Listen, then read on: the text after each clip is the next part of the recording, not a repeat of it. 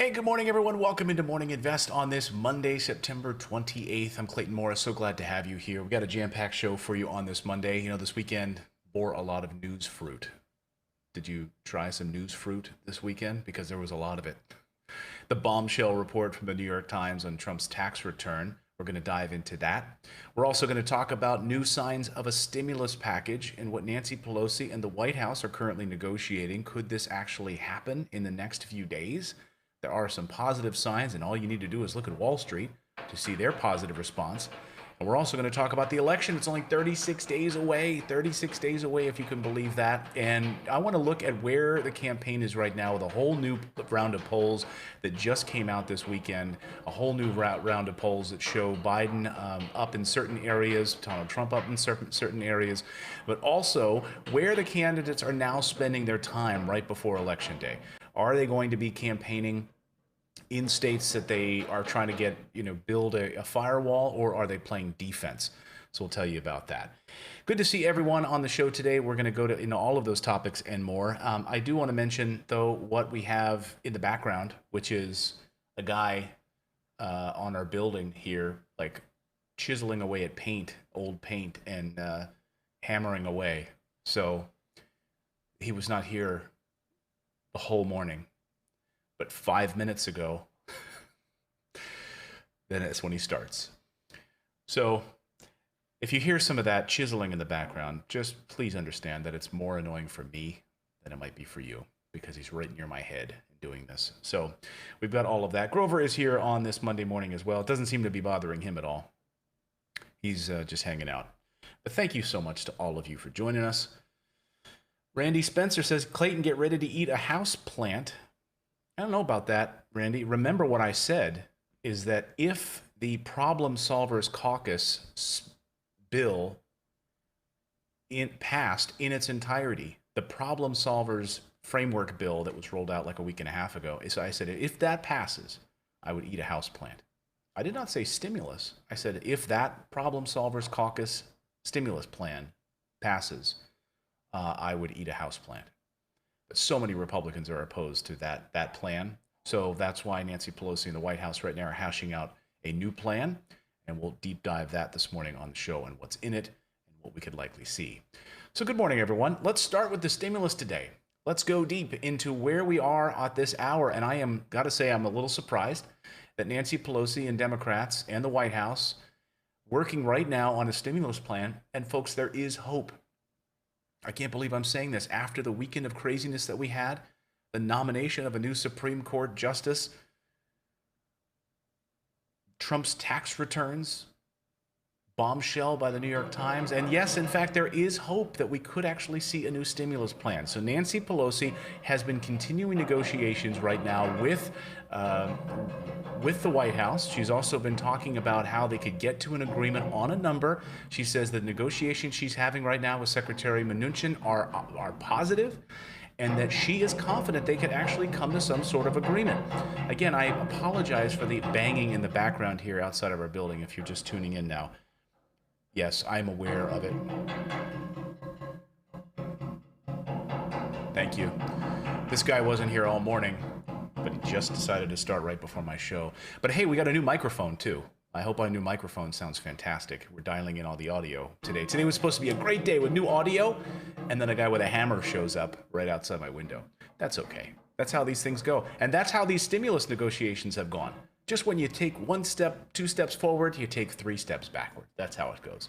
Anyway, here is Nancy Pelosi speaking to Jake Tapper about these ongoing stimulus negotiations, and she took umbrage, which is your word of the day.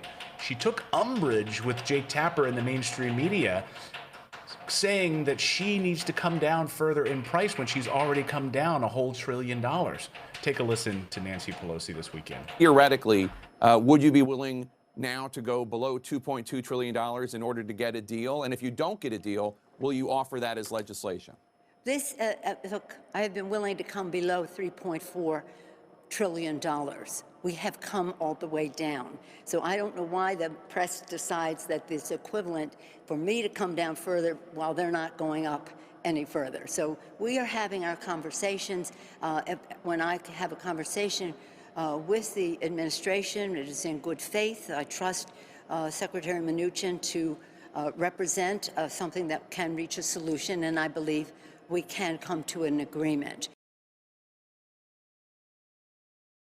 So she's confident we can come to some sort of agreement.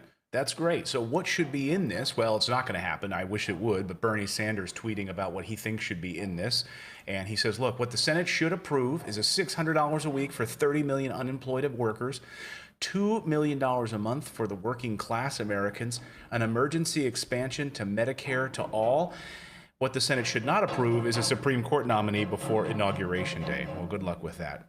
But so some of the other key sticking points right now, obviously in this, are the overall price tag. The key sticking points in this are the price tag, and where, she came down from 3.4 trillion. So down from 3.4 trillion to about 2.4 trillion. That seems to be the number where they're hovering right now. But according to Secretary Mnuchin and Mark Meadows, the White House Chief of Staff, Mnuchin signaled earlier this month that the administration would not approve a plan that was larger than 1.5 trillion. So it seems like we're still about $900 billion off right now, about $900 billion difference in these two plans. But we'll see. They're having these back and forth negotiations and they're making progress. And the reason I say that this is positive, folks, and there's good news in this, is because you just need to look at Wall Street. They've been nervous about a second wave of coronavirus, but they've been hedging their bets, and they're actually, looks like they're counting on another round of stimulus to be approved. So again, what did I say last week? The only way that we really get a stimulus plan, I believe, is if Wall Street gets ticked off in all of this. If Wall Street is upset, that's when we're likely to see another stimulus plan. And right now, it looks like Wall Street has been cagey. They've been a little nervous, and they're watching and look at the 10-year Treasury this morning. It is up. Looking at other key signs in the Wall Street this morning, the Wall Street futures up 350 points already this morning. There is positivity on Wall Street, and I believe that there's been some talk back and forth. White House likes to talk to their Wall Street friends, sending some positive signs about a stimulus plan. So I know they're going on vacation. Nancy Pelosi has said, I'm going to keep them here in Washington, keep the House of Representatives here in Washington until we get a stimulus plan approved. This is good news, because at the moment, there's a huge separation in our country between the haves and the have-nots. Bernie Sanders held a town hall last night, and I really loved what he said. He called attention to one of his viewers, one of the people who were in the town hall, talking about her family working incredibly hard and can't put food on the table, while Wall Street is just making billions of dollars. Listen to Bernie Sanders last night. I want everybody to remember, you are not living in a poor, developing country. You are living in the wealthiest country in the history of the world.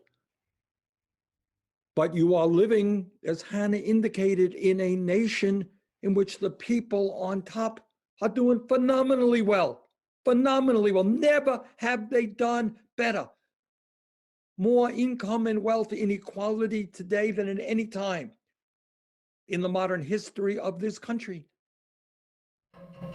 Yeah. He's absolutely right about it.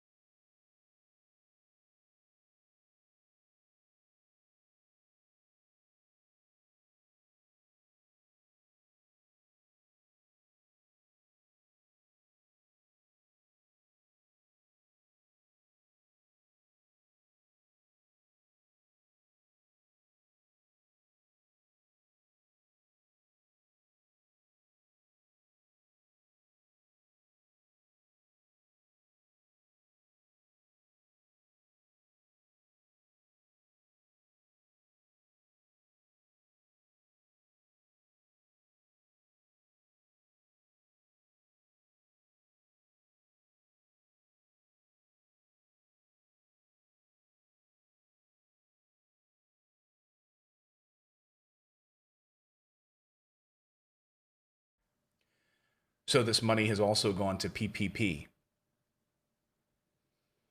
So I heard people in the chat saying, hey, what is that banging outside? What is that noise?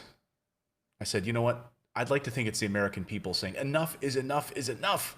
We want change. Unfortunately, it's just a painter who's been scraping paint off the outside of our building, and he decided to start right before the show started, and he's been chiseling and banging stuff. So it's perfect for sound quality. If you're going for top-notch sound quality, which I try to do around here, this is perfect. But I'm just going to pretend that it's the American people that are just banging down the walls of Congress and the White House saying enough is enough. We demand a change. And I like Bernie Sanders' point. I wish we could see this. I wish we could see these numbers. $600 a week for the 30 million unemployed workers. But, you know, right now that appears to be part of the negotiations with Nancy Pelosi. We do not, I repeat, do not have a bill. But we do know that they are looking towards a new round of direct stimulus checks. New round of direct stimulus checks to the American people, as well as unemployment benefits. Obviously, the sticking point had been this price tag and state and local governments. So if we can get past this hurdle, when you have the Federal Reserve saying state and local governments need to have some sort of stimulus, they need to have money to operate, that we could be heading into a major recession unless we get state and local governments propped up. That's where we are right now. So again, these negotiations continue. They will be continuing today. And the hope is that in the next 24 to 48 hours, we could see a stimulus framework from Democrats and the White House that would get approval by Republicans in the Senate. Remember, Nancy Pelosi has said, I do not want to pass anything unless we know that it's going to pass in the Senate. We do not want to put out legislation unless we know that we don't want to waste time anymore. Finally, you don't want to waste time anymore. Good. So I know all eyes on Nancy Pelosi on this, but Mitch McConnell deserves a fair bout of blame for pressing pause all summer and kicking the can down the street till after Labor Day. And now we're up against an election and another recess as people have to go back and fight for re-election right now. So I place a lot of blame on Mitch McConnell for kicking this can down the street. Let me know your thoughts on this. Please smash that like button, subscribe. That is the very latest on the stimulus. I have positivity rolling through me today. See, I'm feeling positive. I'm trying to send this positive vibe on getting stimulus out to the American people. Otherwise, this recovery is going to be disastrous. And I'm glad that they're addressing the 30 million unemployed Americans. I'm glad that that's being talked about. Because in the last rounds, we were not hearing about that. We were hearing about liability protections for businesses. We were hearing about another round of PPP for businesses, more business bailout money. But at least we're focused on the worker with these new round of discussions. And I hope that Nancy Pelosi sticks to her guns on that piece. It'll be interesting to see. So thank you so much for subscribing. Do not forget, folks, to check out our daily newsletter, which publishes every day, Monday through Friday. Did you guys get the newsletter? If you just go to morninginvest.com is how you subscribe. It's totally free, delivered right to your inbox first thing in the morning. We deep dive this morning. We talked about the tax returns. We talked about how grocery stores are stocking up in case of coronavirus and a second wave of coronavirus. We had a lot of great stories in the newsletter today. So please subscribe. And thank you so much for being a supporter of our channel. All right, let's check in on the chat for a moment. Now I want to talk about Trump's tax returns. You guys can hear me okay, right?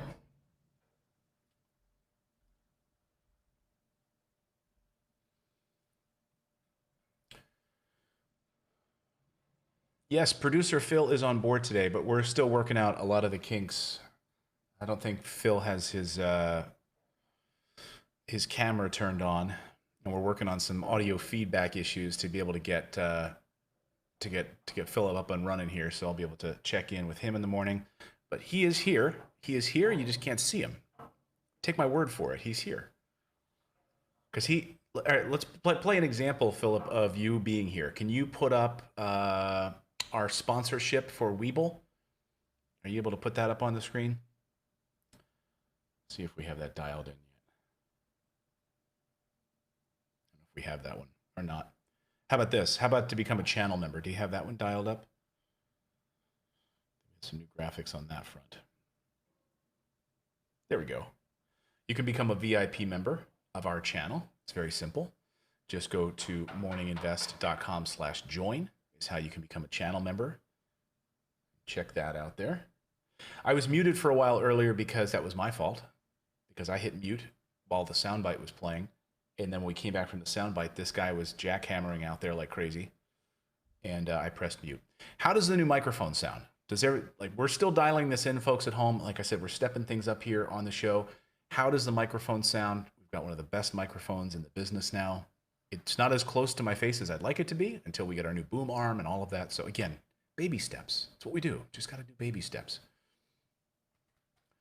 Baby steps. You guys can hear me, right? No. All right, I do want to talk now. Let's talk about these sound bites. Ready to go. All right.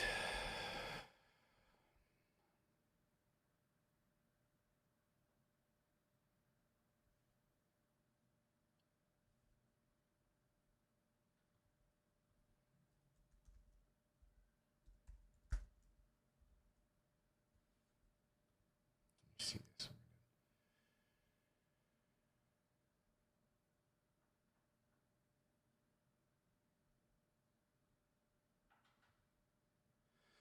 So someone's asking about the Project Veritas. I haven't had a chance to dive into it yet.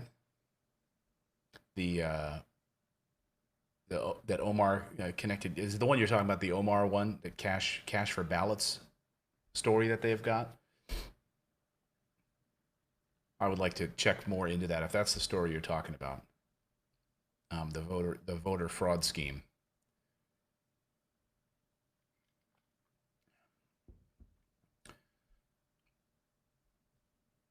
So yeah, I'd like to cover that for sure, but don't have that in today's show. So we'll look more deeply into that this week, I promise.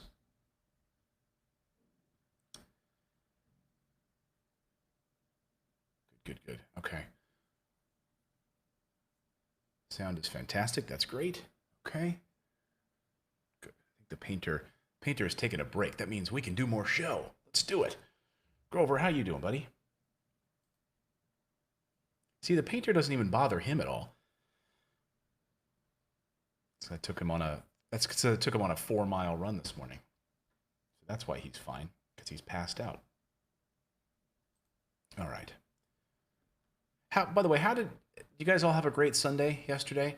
I watched my Eagles tie the Cincinnati Bengals, which is awful. So how was your Sunday? Did you guys have a good Sunday? Your quiver, you're not ruling anything out. Good morning. Sunday morning. Hope you guys had a great Sunday. All right, let's talk now about Trump's tax return. Unless you've been living under a rock all of this weekend, well, the New York Times had a bombshell story that struck like a lightning bolt. Could call it a September or October surprise to the election. Trump's tax returns leaked to the New York Times. And it was a big bombshell story. Here is the story in the New York Times. Long concealed records show Trump's chronic losses and years of tax avoidance. Now, on the surface, there are 4 kind of big takeaways on all of this. For one, for a billionaire, right, Trump paid very little income tax. Basically, in 10 of 15 years up to the 2016 election, Trump paid basically 0 federal income tax. He made a lot of money from The Apprentice. He brought in $427 million, including licensing, endorsement deals of his personal brand. The New York Times also found that he took tax deductions on $70,000 that he spent on his hair, on hairstyling for his television appearances. I guess it takes a lot of money to tame that hair. Also, golf is not a good business for Trump.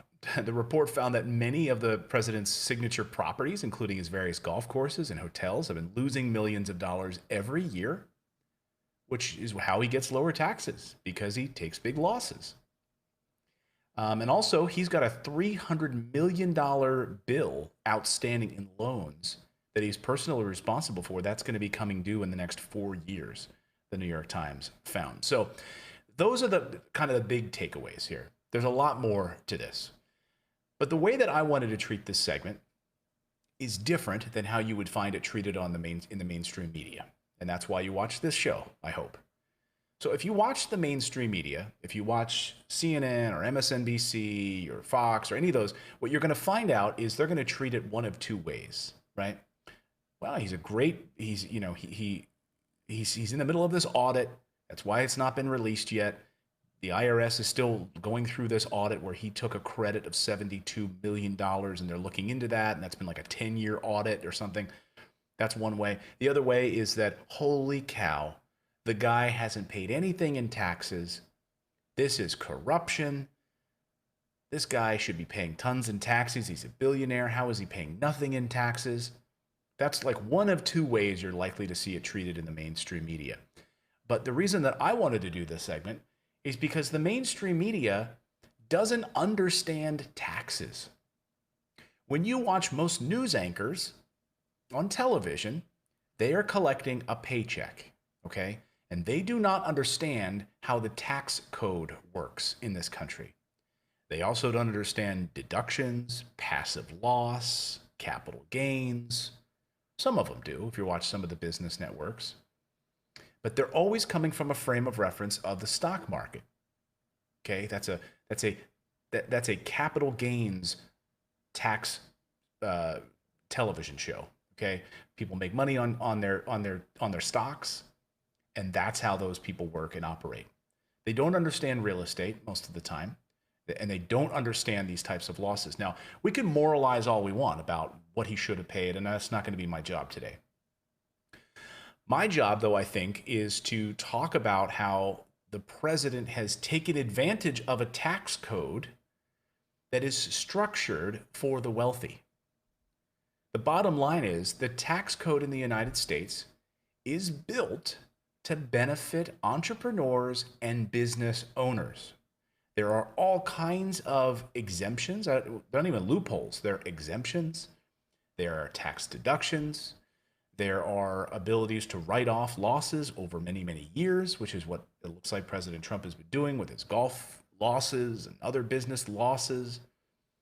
So again, you can moralize and say, he's a terrible businessman.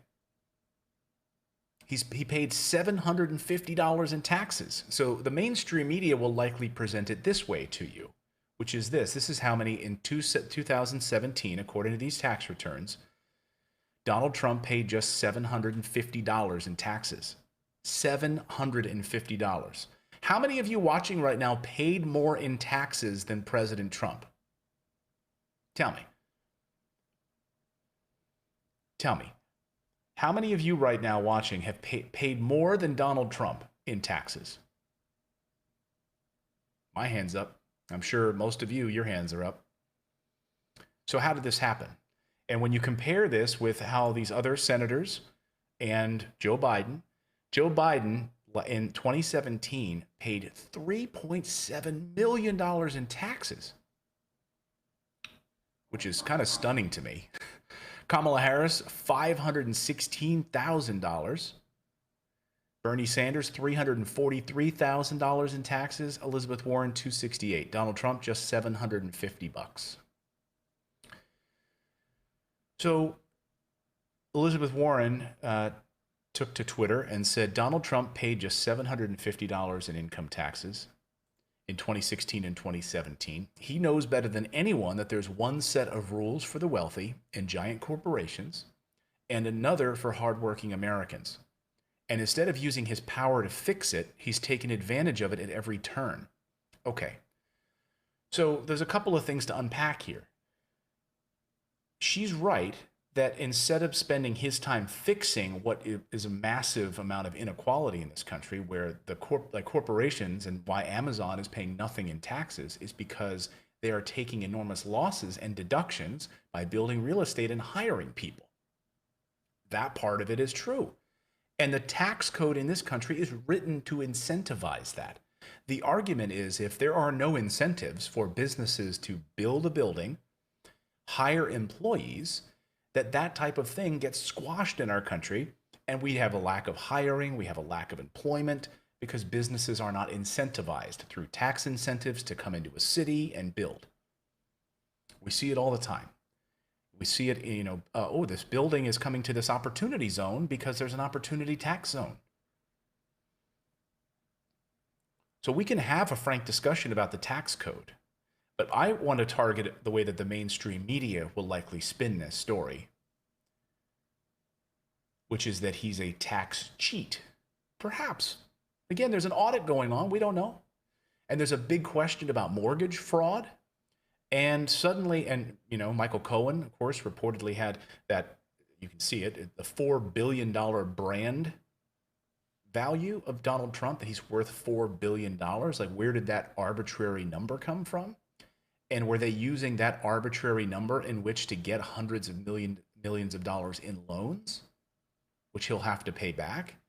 That would be known as mortgage fraud, right? That he's lying about an inflated value of his brand. Who's to say that the Trump brand is worth $4 billion? It looks like on paper, actually, right now, he's not a billionaire. That's a big takeaway. That in fact, his net worth actually may have slipped backwards in the negative because of all of the outstanding debt that he owes and all of the losses that he's been claiming. We can have a frank discussion about his hypocrisy. So let's do that. Let's have a frank discussion about Donald Trump's hypocrisy here. In 2012, when President Obama had made a lot of money from his book sales, Donald Trump took to Twitter and pointed this out on Twitter, saying, look at this. This was 2012. He said, half of Americans don't pay income tax despite crippling government debt. So he tweeted this article out. How outrageous that half of Americans, those wealthy Americans, really don't pay income tax. And then he went further with a tweet against Obama in 2012. Who wants to raise all our taxes? Barack Obama does. He only pays 20% of his $790,000 salary. Do as I say, not as I do. Hypocrite, right? And at the very same time, he's paying nothing in taxes, literally nothing in taxes, because he's claiming enormous losses. Again, we can have a discussion about the type of businessman he is, that all of his businesses seem to be failures, and he just takes enormous losses to offset income. So he makes hundreds of thousands of dollars from NBC and The Apprentice, but then his golf courses are running huge losses. Well, guess what? That offsets the amount of money he gets from a paycheck. And see, what mainstream media doesn't understand is just frankly how the tax code works. They don't understand that when we talk about taxing the rich, when Elizabeth Warren talks about taxing the wealthy, what we're talking about is just taxing lawyers and doctors and people that get a paycheck from a hospital, people that are W-2 employees. What they're not talking about, because they can't, is how do you tax Warren Buffett? How do you tax a Donald Trump who takes advantage of these losses that are in the IRS tax code? Do you start to eliminate losses for businesses? Do you start to say that, hey, if this business suffered over the last 5 years, they didn't make a profit because they were, they were breaking even. They invested in a new building. They bought equipment. They were working and they were basically breaking even. They were able to claim those losses on their taxes, and that helps keep a small business alive. Are we going to remove those deductions? Are we going to raise the corporate tax rate again? That only does so much. So how do you actually create a fair and equitable tax code that doesn't charge the working class more than Donald Trump? That's the discussion we should be having. But to come at this as an angle that, well, he didn't pay anything in taxes. Yes, well, that's how the tax code is written. It was written this way under Reagan. It's been written this way for years. And guess what? Republicans and Democrats have basically kept it the same with very little change. And both parties will pay lip service to wanting to change it, but they're all wealthy. They all have real estate. They all do these things. So Joe Biden, how did he make all this money? He paid $3.7 million in taxes. That's a lot of tax money. That means he made, a lot more than that. 3 and 4 times that. Well, how did he make it? In 2017, he made it from giving speeches. He made it from selling books. Well, guess what? People will say, well, okay, there's 2 ways the media will spin this. Wow, Joe Biden needs some better accountants to take advantage of the tax code, like Donald Trump did, paying nothing in taxes. Or the other way they'll spin it, if you watch MSNBC or otherwise, is to say, look at Joe Biden, what a good American he is, how much in taxes he's paid. One of two ways. But what they're missing is the subtlety of this. What they're missing is that because he didn't have any losses, when you sell books, what loss are you going to claim? Equipment? No, he sold books. Like, that's it. There's no losses from selling books. There's no losses from giving a speech. He made $100,000 from this speech or that speech.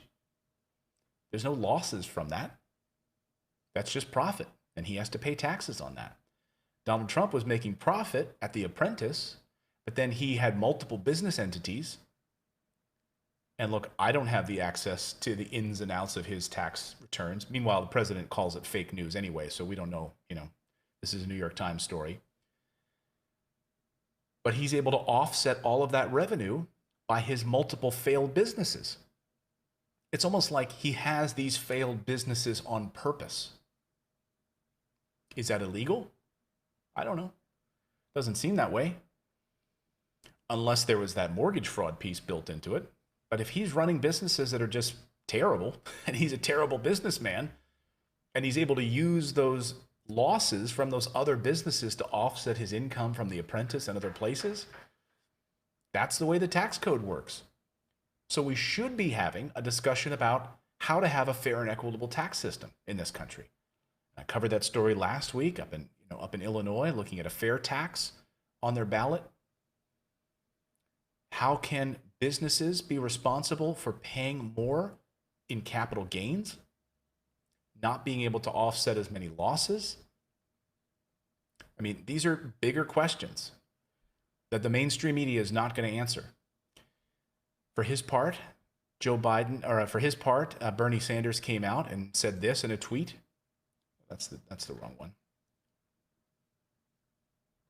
I put both of them in here. Let's see if I have it. Where is that tweet from? Bernie. That's it. I guess I didn't grab it. He said, what a shock, though. He said, what a shock that Donald Trump only paid $750 a year in taxes when 30 million Americans are out of work, and it's incredibly difficult for people to get a leg up in this country.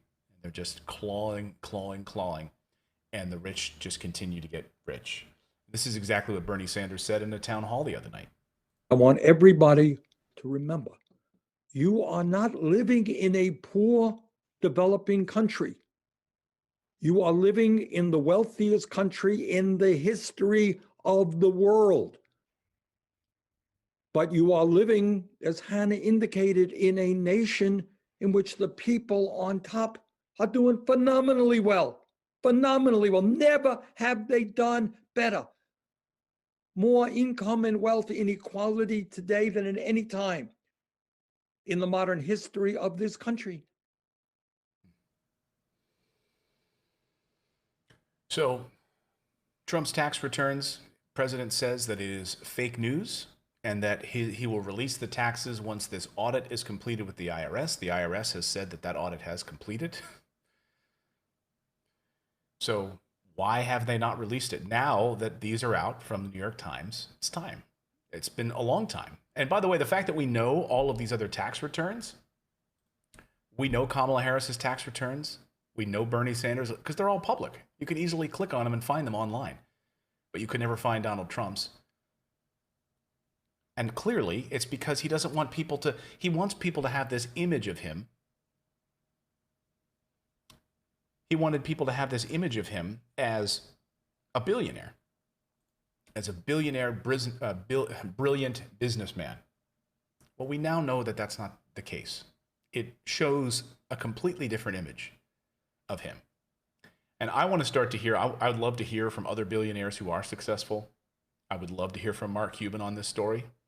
I'm sure we will.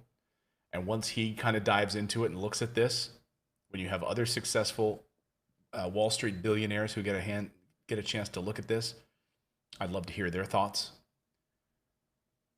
How you could be running basically massive losses and still owe hundreds of millions of dollars and get money? The big question I have, and so many other people have, is how are you able to get money through a loan when you're showing enormous losses and personal debt? What bank is going to give you $100 million loan? Because of your brand?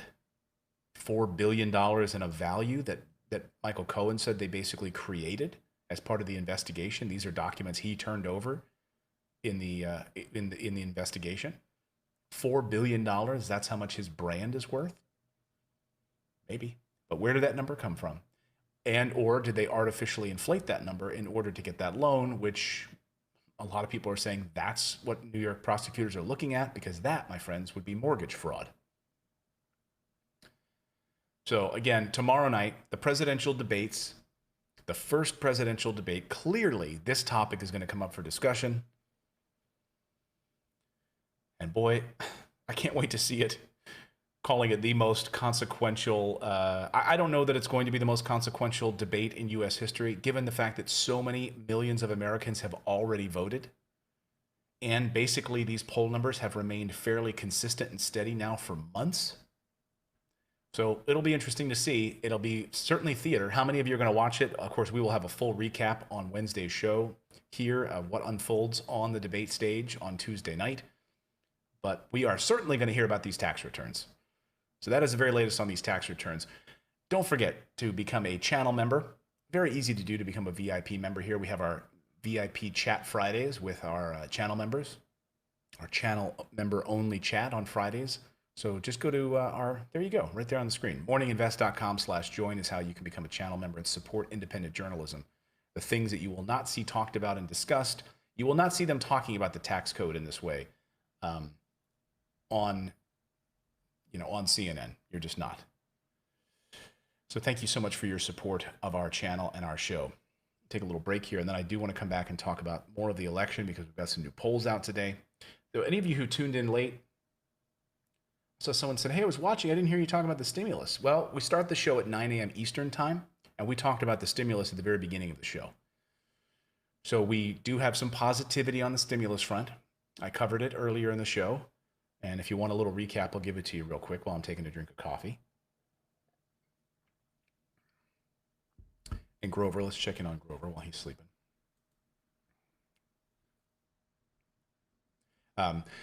So Nancy Pelosi is in discussions right now with Treasury Secretary Mnuchin, Mark Meadows of the White House, and there are some positive signs that we could actually see a stimulus in the next few days.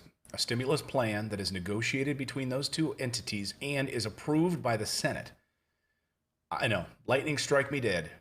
I can't believe it. But she sounded positive, and her Democrats that are running for re-election have been pushing her, of course, to get something on the floor. Somewhere in the neighborhood of $2.4 trillion is what we're seeing. That would include direct stimulus checks, unemployment benefits. We don't have a number yet, so this is all being discussed right now. There's no bill, there's nothing. There's just discussions, and hopefully in the next 24, 48, 72 hours, we will actually see a stimulus bill that is agreed upon by Democrats and Republicans and might actually see the light of day.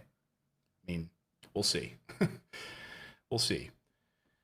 And Bernie Sanders was calling for, this is what Bernie wanted in the Senate. He said that the Senate should approve this, $600 a week for 30 million unemployed Americans, $2,000 a month for working class Americans, an emergency expansion of Medicare. And he says what the Senate should not approve is a Supreme Court nominee before Inauguration Day. Good luck with that. Good luck with that at this point. So that is the very latest on the stimulus front. And here is Nancy Pelosi speaking on that exact issue. I'll play for you what she said yesterday. And she says, look, I wish the press, I think she brings up a great point. I've been trying to make this point. She says, look, I've come down from my 3.5 trillion. We've already removed $1 trillion off our number. She's like, why does the press keep talking about like we need to come down further? They need to come up. That's what she said. She got a little fiery with Jake Tapper. Theoretically, would you be willing now to go below $2.2 trillion in order to get a deal? And if you don't get a deal, will you offer that as legislation? Look, I have been willing to come below $3.4 trillion. We have come all the way down. So I don't know why the press decides that it's equivalent for me to come down further while they're not going up any further. So we are having our conversations. When I have a conversation with the administration, it is in good faith. I trust Secretary Mnuchin to represent something that can reach a solution, and I believe we can come to an agreement. There you go. So positivity. Someone said in the chat, Clayton, I hear positivity in your voice. I hear positivity in your voice. Yes, I do. There's a little bit of positivity in my voice because of the possibility of them passing the stimulus. We'll see. We'll see. Don't hold your breath. I mean, when you have people like Nancy Pelosi leading these negotiations, and I think half the time she's probably out to lunch. I don't know. I don't know what we're going to see. I mean, did you get her saying things like this? Your quiver, you're not ruling anything out. Good morning. Sunday morning. Good morning. Sunday morning. Sorry I keep picking on her. Come on, man. I'm sorry, Joe. I'm sorry, man. It's the truth. All right, let's talk about it.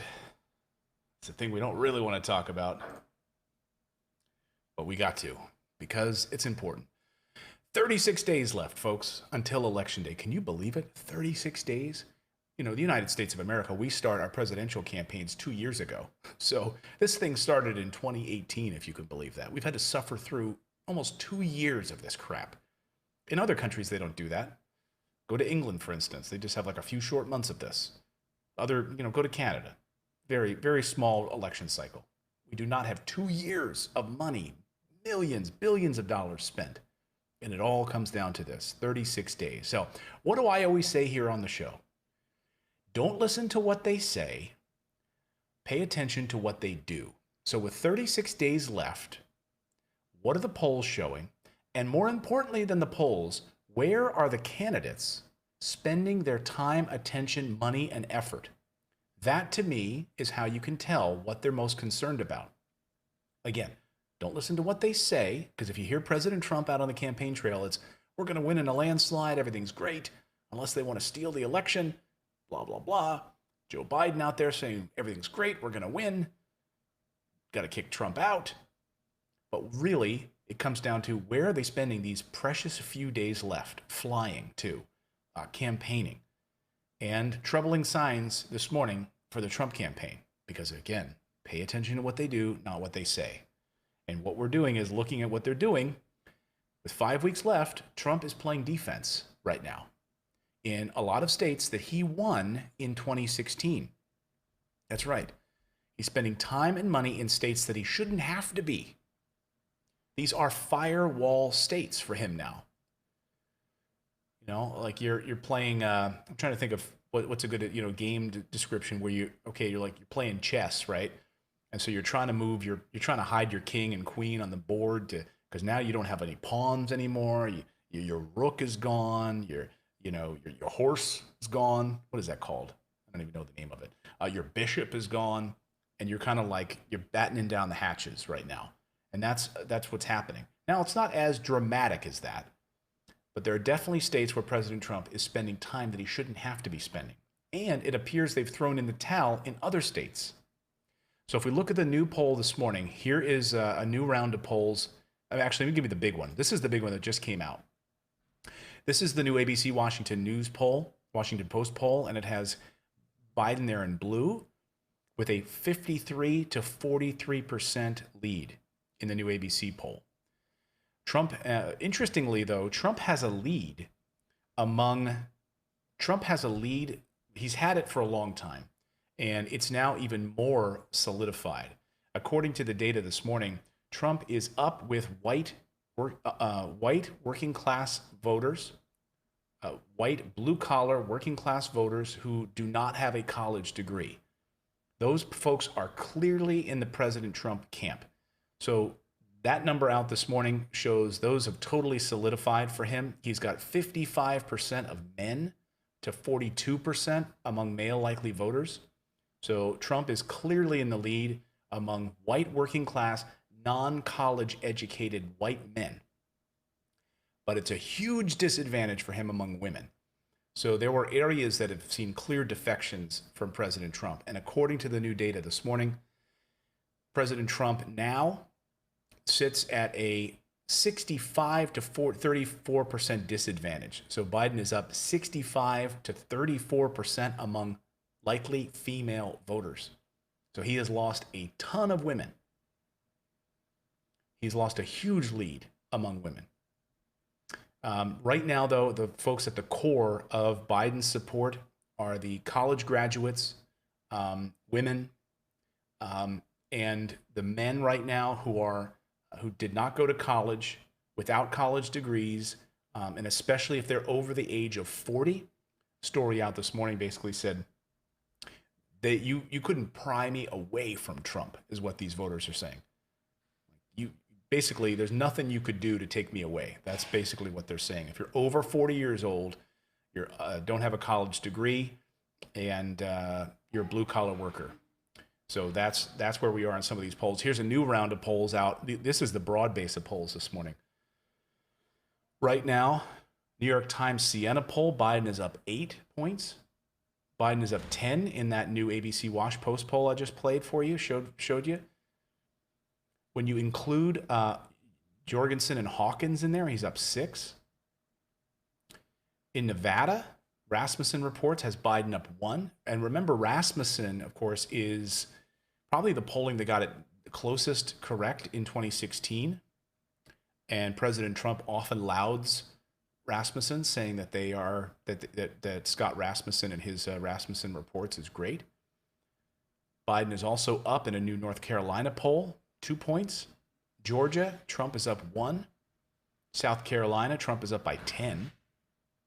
Michigan, Biden is up by 8. Wisconsin, Biden up by 10. Pennsylvania, Biden up by 5. So, what does all this mean? Interestingly, it means that President Trump, again, is spending time in states that he shouldn't have to. So let's go through some of them. Biden is scheduled to campaign in Ohio. And President Trump held 2 rallies in Ohio last week.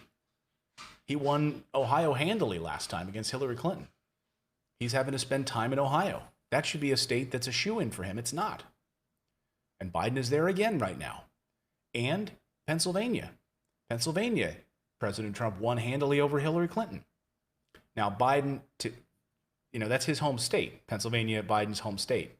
However, Biden is leading there, but he's not leading as much as I think he should be, being your home state, right? That should be a shoo-in. He's from Scranton. He could talk and connect with those working class voters there. But again, Scranton is an area that went heavily for Trump. White, working class, non-college educated men went strongly for President Trump. And I was there covering the election in 2016. I went to Western Pennsylvania, went out towards Pittsburgh, up in Butler, up in those areas. That was a strong Trump territory.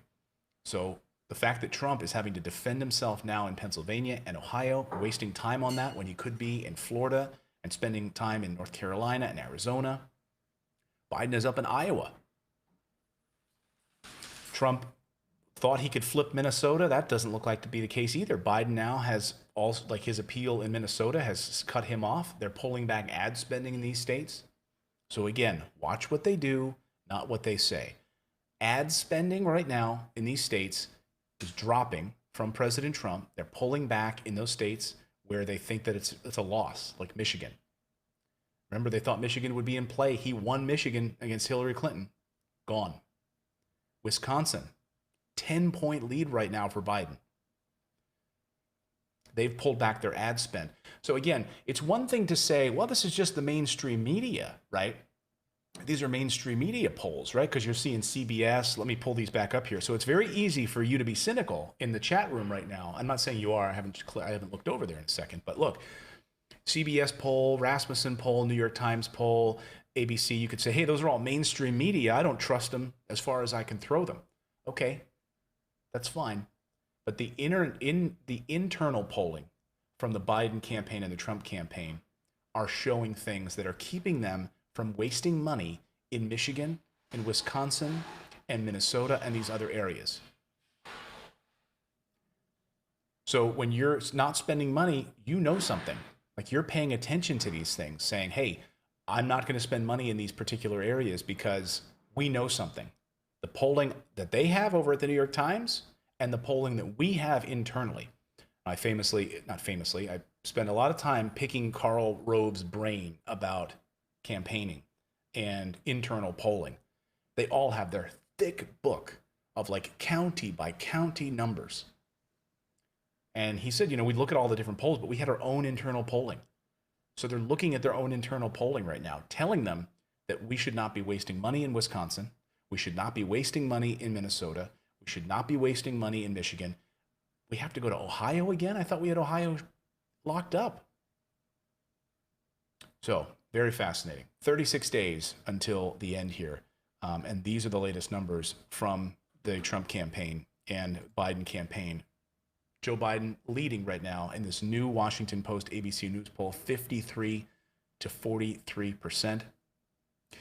And remember, a lot of people have already voted, and people have been asked whether or not these numbers haven't changed much.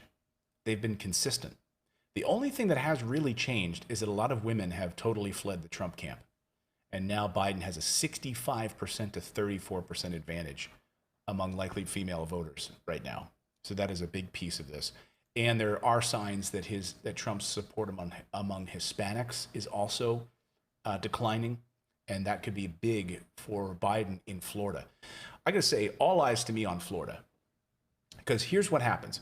All of this talk about a delegitimized election, are we gonna have a Supreme Court battle? If, that's close, we have ballots being tossed and all of this stuff.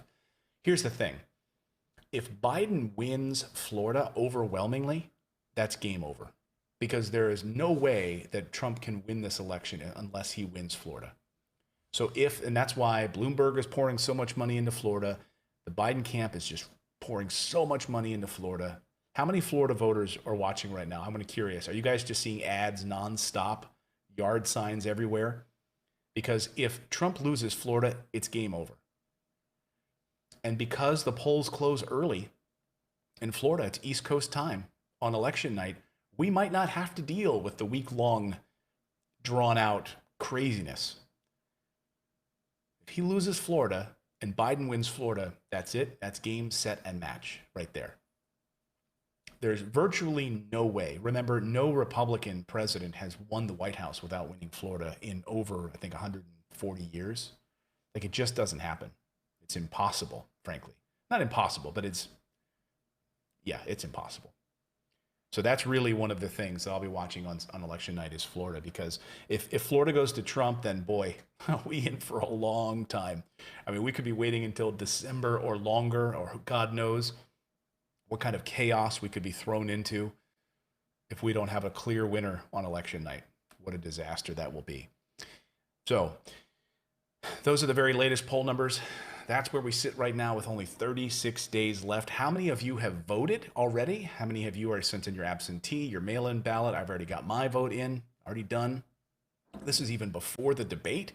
So millions of people have already voted, and these numbers seem solid right now. And it'll be interesting to see if a debate moves the needle any kind of way tomorrow.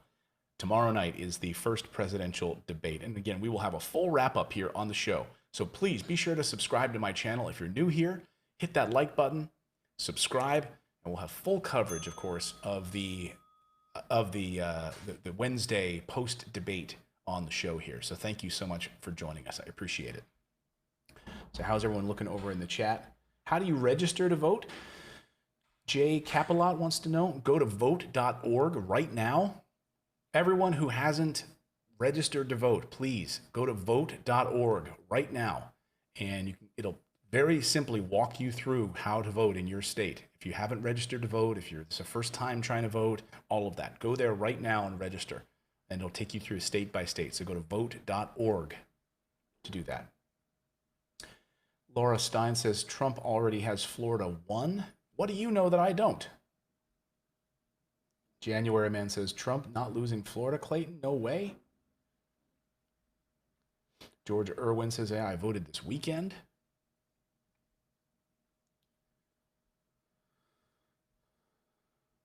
Renee Crandall says, I really don't like Biden or Trump.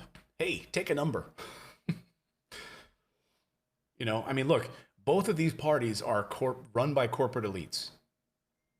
You know, Cornell West, Professor Cornell West, who's a progressive, he has said, look, you know, Biden is not the answer. He's just one step on a road to an answer. But we've said that before, haven't we?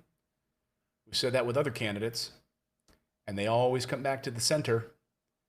All these Democratic candidates, because the Democratic Party, just like the Republican Party, is run by Wall Street. You must remember that. But if you're in favor of getting rid of a neo-fascist in the White House, one step away from an authoritarian dictator, then you know what you got to do.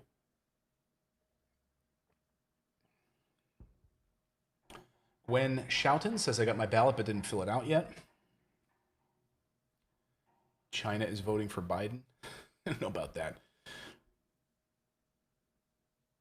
Debbie K says, Trump is trying to be a dictator. Are you okay with that? Absolutely not. I hope you just wrote that question before you heard me say that I think he's a neo-fascist and one step away from a dictator.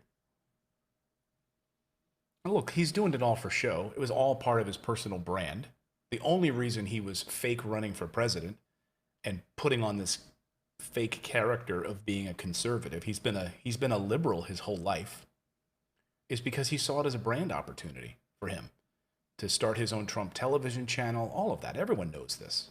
Everyone who's in media knows that. Everyone, like the people at Fox were being courted to go work for him if he lost Trump TV. This is all well known. He never actually wanted to become president. And I'm surprised he wanted to run for re-election, to be honest with you. I'm voting for Grover, someone says.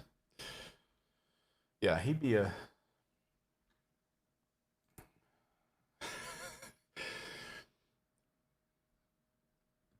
He'd probably get more done. What do you guys think? Would Grover do a better job than either of these guys? Come on, man. Sorry, Joe. The truth. The truth. Why didn't that play? Come on, man. Huh. That's weird.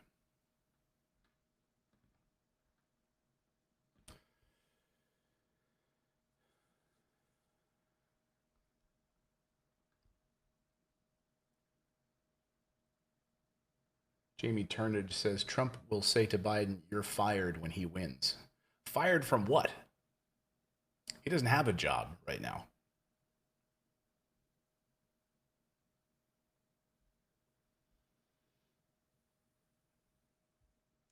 Steve Nelson says, I was watching a video of a lady's dead cat getting a mail-in ballot.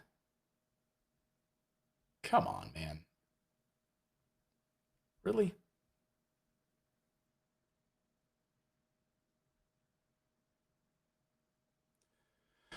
Ruth Ann B. says, I'm a white, college-educated female who is working as a nurse in Michigan, and I find it terribly frustrating and degrading to hear the name calling. She said, Hicks and uneducated? Who's calling? Are they calling? They're calling Trump supporters that?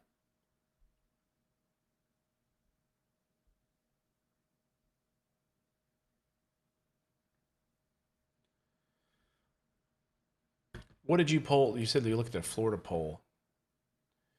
Yeah, I mean, if we look at the latest polling out of Florida right now, Florida is just a tough one. I mean, I lived in Florida, covered Florida politics. It's a tough one because really it comes down to that I-4 corridor that runs from Orlando down, and you have a lot of black voters in that area. How will they come out to the polls? A lot of big questions about Orlando metropolitan area. Will they come out to the polls? Florida right now in the battleground, Biden is up. He's within the margin of error. He's up by 1 point in Florida. So again, these are not, these are very close. Yeah, these numbers in Florida are very close. I'm just looking at the national average. Yeah, Biden, if you take the Real Clear Politics average right now of all of these polls, Biden is up by 6 across all of them. Who's in Ohio?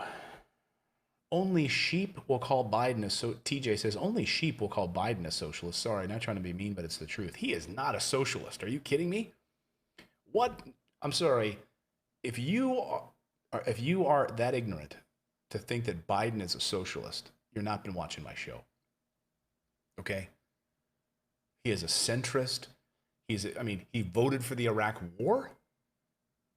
He has supported extending the, he's supported rolling back over the years Social Security benefits. Does that sound like a socialist to you? He's not a social democrat like in the vein of a Bernie Sanders at all. Neither is Kamala Harris. No way, not even close. Again, he supported the Iraq War. He's supported the expansion of military spending. He had an opportunity with President Obama to stop bombings. We did more bombings in the Middle East than under George W. Bush. We did them under Obama. Environmental, think about fracking, deep water drilling off the coast. I mean, that sounds like Republican stuff right there, right? No, it's not. It was Obama Biden. He's not a socialist. Sorry. That's why I fear that very little will change other than getting an basically an authoritarian nut job out of the White House, who's helped destabilize this country. That's about the only thing I care about. But Biden, that's the thing with these two parties, man. They're all run by corporate donors and big money. That's why you did not hear Biden talking at the DNC about healthcare for all, free public college for all, a universal basic income. None of that. In fact, very little was talked about. Very little difference in these two parties at the end of the day. They'll pay lip service to certain things. They'll pay lip service to climate change and then approve deep water ocean drilling, which led to the BP oil disaster, the Deepwater Horizon. That was under Obama's watch for allowing listening to Sarah Palin drill, baby, drill. Listening to these big corporate donors, drill, baby, drill, until we destroy the Gulf of Mexico. 800,000 dolphins killed as a result of that. Come on. Trillions of species of fish destroyed. And long-term, look, heck, the Exxon Valdez in Alaska, the damage from those areas in the wetlands in Alaska is still damaged and probably never coming back. That was under Obama. BP oil disaster. I'm not saying it was his fault. But when you allow these things, these untested technologies to drill deep into the core of the ocean,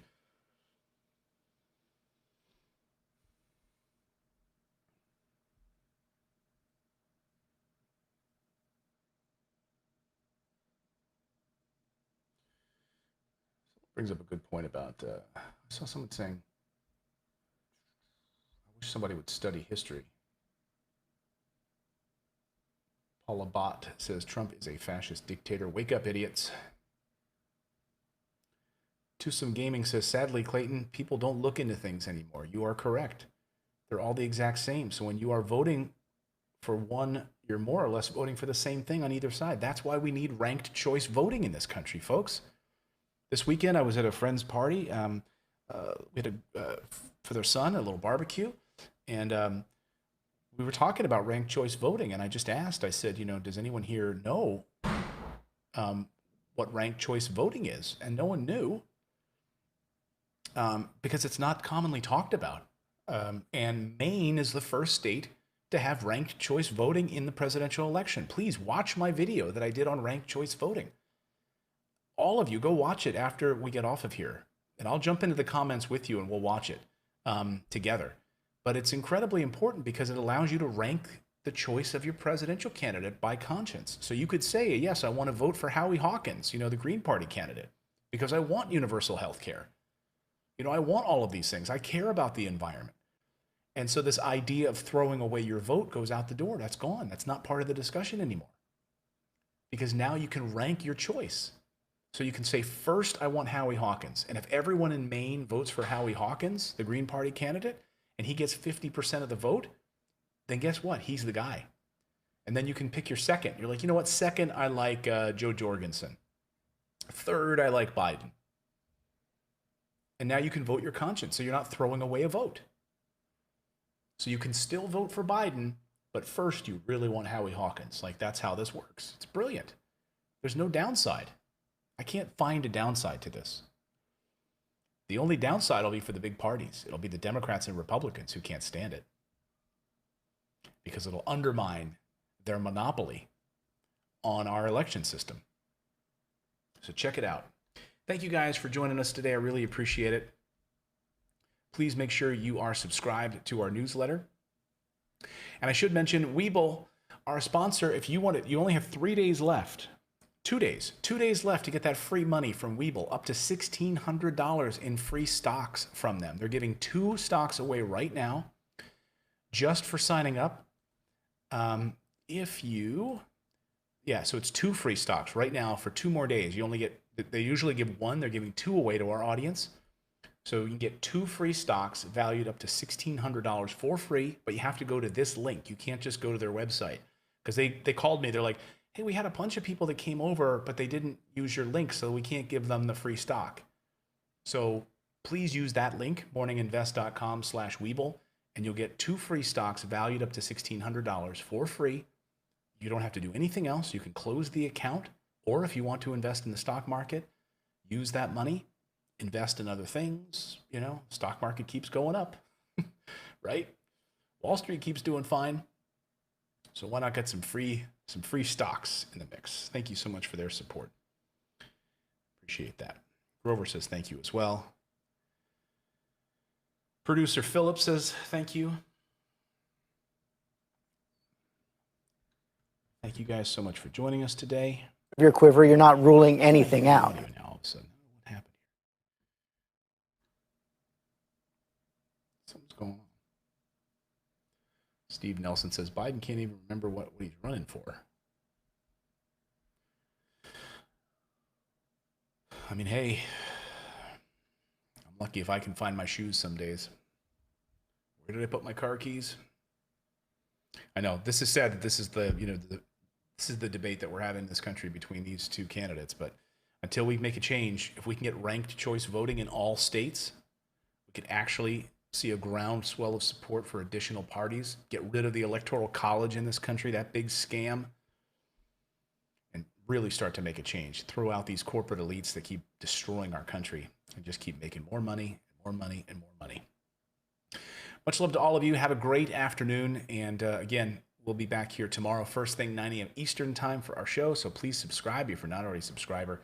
We do the show 9 a.m. Eastern time, Monday through Friday. So we'll see you bright and early tomorrow morning, everyone. All right, everyone. That's the show. We'll see you later. Have a good one.